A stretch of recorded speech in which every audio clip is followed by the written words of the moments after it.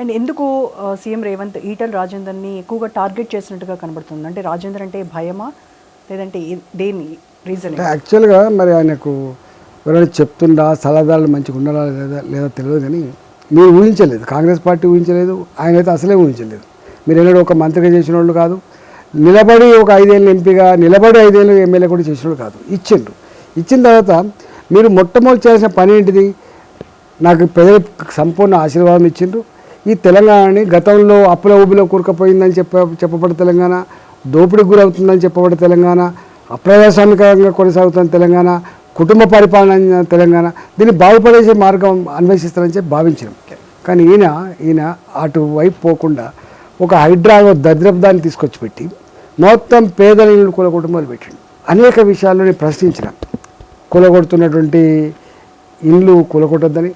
ప్రభుత్వం అంటే కన్స్ట్రక్షన్ చేసేది తప్ప, ప్రభుత్వం ప్రజలకు మేలు చేసేది తప్ప, ప్రభుత్వం ప్రజల కన్నీళ్ళు ఉంటే తుడిచేది తప్ప, మీరు కూలగొట్టుడు ఇష్టమందిగా మాట్లాడడం అన్నిటికీ మిక్కిలి వాళ్ళు ఏడుస్తూ ఉంటే నువ్వు నవ్వుకుంటూ ఉండే పద్ధతి మాత్రం ఇది హీనంగా ఉండే. అందువల్ల హైడ్రా మీద కావచ్చు, లేకపోతే ఈ మూసి ప్రక్షాళన పెట్టి చేసేటువంటి విధ్వంసం కావచ్చు, లేకపోతే అనేక అంశాలు ఉన్నాయి.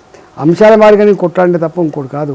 చివరికి మీకు తెలుసు, హైదరాబాద్లో రియల్ ఎస్టేట్ మాఫియా ఎట్లా వేలుడుకొని ఉందో, ఎంత అధికారులు పోలీసులు ఎట్లా వాళ్ళు మిలాఖత చేస్తూ ఉండడం మనం చూస్తూ ఉన్నాం. అనేక దిక్కుల ప్రభుత్వ యంత్రాంగం విఫలమైపోతే మేమే చివరికి ప్రజలకు అండగా ఉండే పరిస్థితి వచ్చింది. ఇట్లా అనేక విషయాల మీద మేము కొట్లాడుతున్నాం. కాబట్టి నేను అడుగుతున్న దానికి సమాధానం చెప్పే దమ్ము ప్రభుత్వం దగ్గర లేదు. కాబట్టి పర్సనల్గా ముఖ్యమంత్రి కార్యాలయంగా ఎవరైనా ఎప్పుడైనా ఉందా అండి?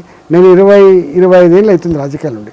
25 సంవత్సరాల చరిత్రలో ఏనాడు కూడా ఒక ప్రతిపక్ష పార్టీ మాలాంటి వాళ్ళకి ఇట్లాంటి భాషలో కులాల పేరు మీద ఇంత హీనంగా మాట్లాడే చరిత్ర లేదు. అది రేవంత్ రెడ్డి గారికి మాత్రమే దక్కింది. ఆ అది క్రెడిట్ అంటారా, అది చిల్లర పని అంటారా, ఆయనకు మాత్రమే దక్కింది.